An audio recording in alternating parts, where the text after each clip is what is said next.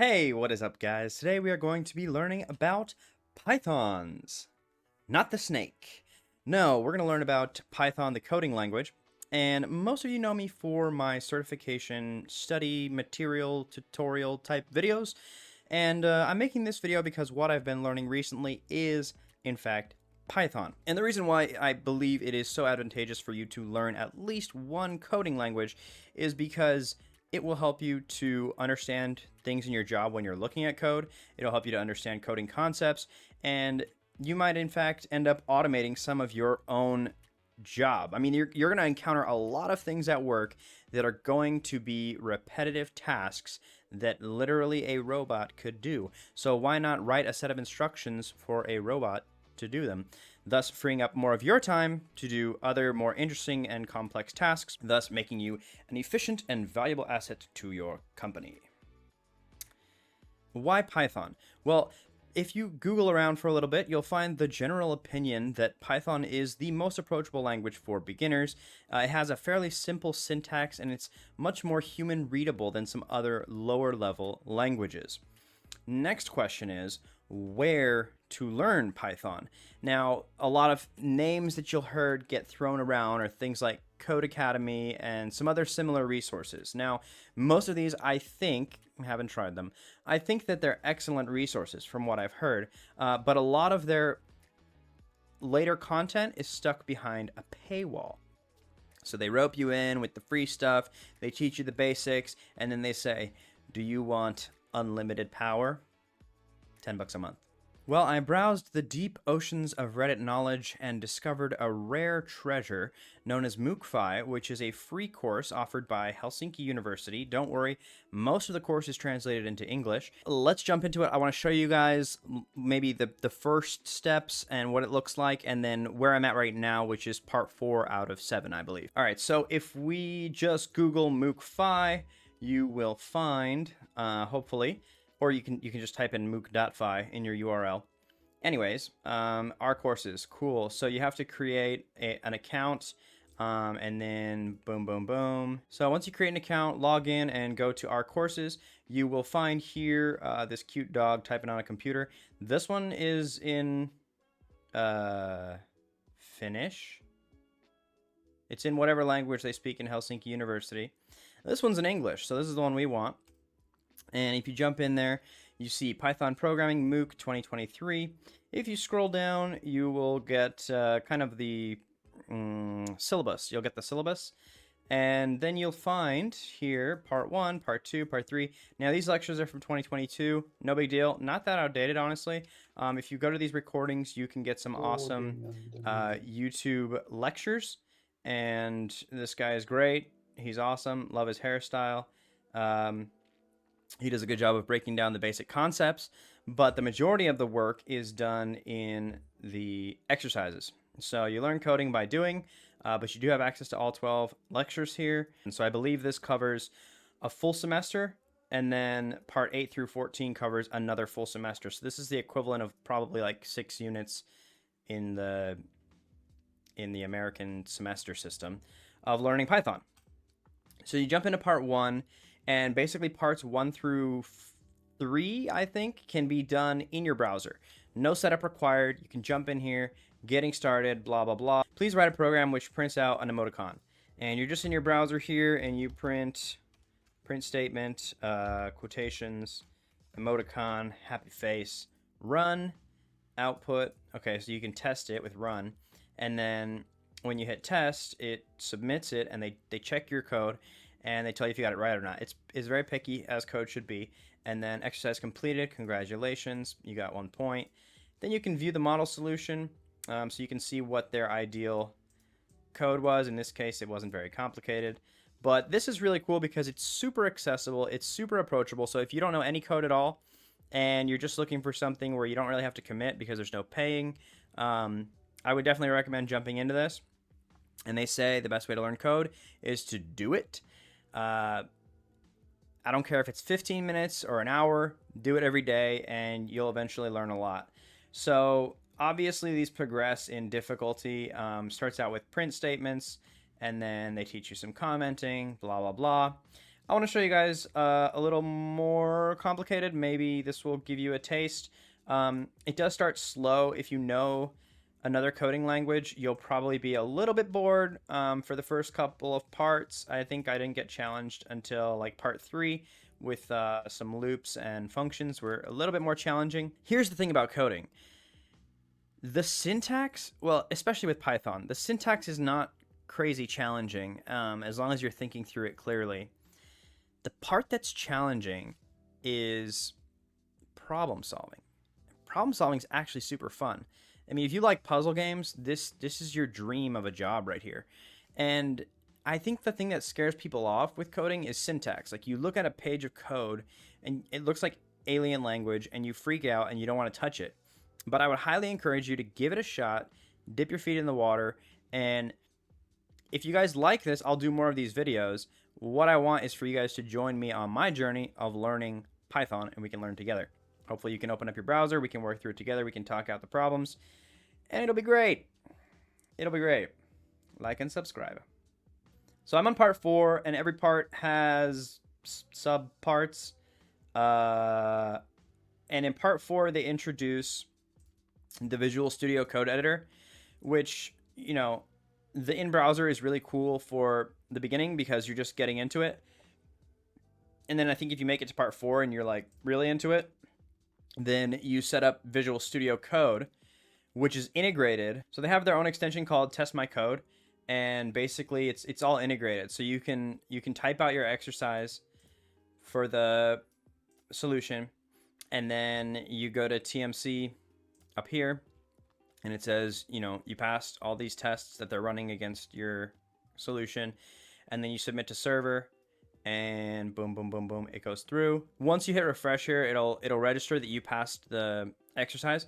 And as far as I understand it, once you get into these later exercises, it, like, I think after part 7, it won't actually give you the exercises for the next section unless you've completed the previous ones. I really like this integration factor and the fact that you can practice and learn within Visual Studio, because this is more of a professional tool that you would be using.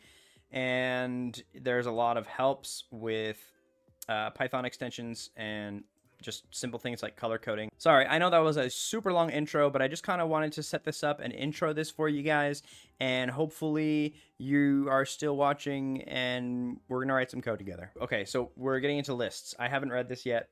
Give me a second. All right, so long story short, you can make lists, you can put items in them, you can change those items, you can call those items one at a time, just like you would call the characters in a string. However, lists are mutable, unlike strings, which are immutable. Yeah, so let's do some homework with lists. And normally when they introduce a new concept, the first couple of exercises are very simple, and then they slowly progress in difficulty. So what I usually find is the later ones push me a lot more in my problem solving skills. The first ones are just kind of associating you with the idea of the new concept and helping you to learn how it functions. So, first exercise. Please write a program which initializes a list with the values 1, 2, 3, 4, 5. Then the program should ask the user for an index and a new value, replace the value at the given index, and print the list again. This should be looped over until the user gives -1 for the index. You can assume all given index values will fall within your list. An example execution of the program. Index 0, new value 10, 10, 2, 3, 4, 5. Index 2, new value 250. 10 to 250. So you can see they changed it from 3 to 250. Index 4, new value 45. Okay, we get it. This exercise doesn't ask you to write any functions, so you should not place any code within an if name main block. I don't actually know what this is called because I've never heard it said out loud. But basically, this is the way like you're supposed to do it, and then all your functions are supposed to be called within this block. And they said to always do that from like part 3 on, but they're specifically telling us now, don't do that. So we're just going to write static code without any functions. Write your solution here. So we jump over to Visual Studio Code, and we're in the correct part here, and we're going to write our code. So they wanted us to make a list and call it with 5 thingies, and so we're going to do it.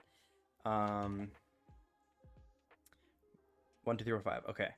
So then index, new value, and then index changes. All right. So we have to kind of look at this to know exactly how they want us to write it. So So they want index input and they want new value input, and then it prints out the new list. Got it. So we're just going to say index equals input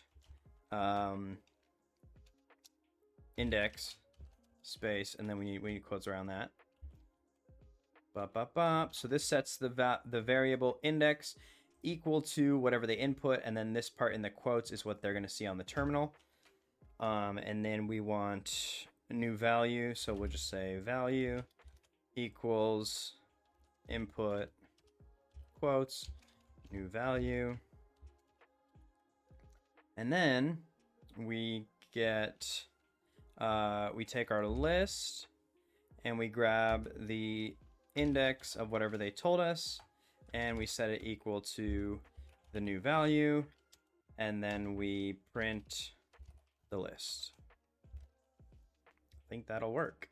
So let's try calling this. We can run it with this little triangle button up here, and it asks us for the index. Let's go with index 0 and new value 100, and we didn't do this right. So list index equals value. Why no? Why no?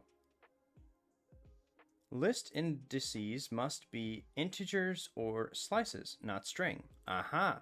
So the type error here is telling us that we tried to select a part of our index. We tried to select one of these with a string.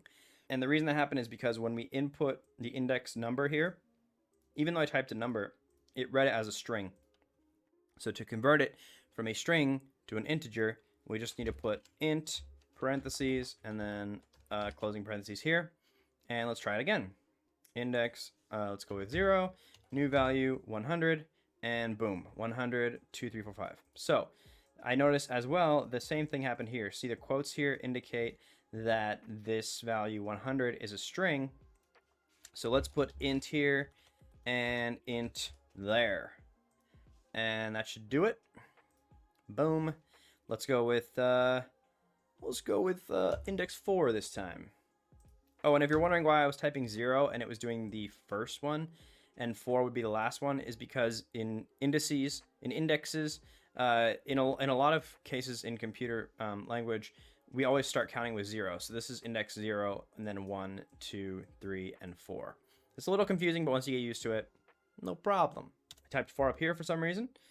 Index 4, new value 999999999. All right, cool. It works. Now I feel confident. Let's submit it. It failed. Change value of item failed. Please make sure that you can run your code. So the assignment asks us to loop this until we get -1. So we got the replacing the index part down. List is 1, 2, 3, 4, 5. And then what we should do is we should make a while loop. While index does not equal -1. Boom. And then we start this out with we have to initialize the variable so that it has something to check the first time around. And then this whole thing would go inside this while loop, which is indicated by white space in Python. So white space matters. This it doesn't matter how much white space, I don't think, as long as it's all the same. It means that this is a block within this while loop. So while index does not equal -1, give me a new index, give me a new value. I will change the value you indicated and I will print it for you. Once -1 comes out, I think, yeah, it just wants us to stop. We don't have to print anything after that. So this now should be correct. So let's loop. Let's go index 0. I want it to be 99. We get 99. Index 1, I want it to be 100. We get 100. Index -1, and it does not exit. So that is because the index request is at the end of the statement. So I tell it -1 and it still runs through all of this. So what we could do is we could put this request at the end of the block, right? And then now if I ask it index, I need new value to be up here. So now if I tell it -1, it'll check that immediately and it'll exit. But if it's not -1, it'll proceed with new value and then to change it and print it. So Let's Control C to stop the code that's testing right now. Test it again and say 0, 100. That did not work. Oh, that is a problem. So we can do this differently. We can say while true, which just means it's going to happen forever. And then put this back how it was, because it was correct. Index equals int input index. But let's add a break statement here. So if index equals -1, then we want to break, and that's it. Equals, not equals. Equals equals. Equals means is equal to. Equals means set the value to. So now let's try that again. Index 0, new value 100, index -1, exits. That's perfect. This works great. So the break statement just breaks you out of the while true loop. So it's basically an immediate exit. We go boom, and we end up down here. Sound good? And there we go. We passed. So the error message was weird on this one. Usually it gives you a little bit more of a clue about what you're doing wrong for the exercise, but basically I was just doing it wrong. I didn't read the directions fully. If you want to see more Python, please let me know down in the comments, because I would love to make more of this content, but I'm not going to do that unless people are actually watching it. If you want to see a really old video, my first video that I ever did, in fact, where I was showing a PowerShell script that I had made, watch this one. Bye.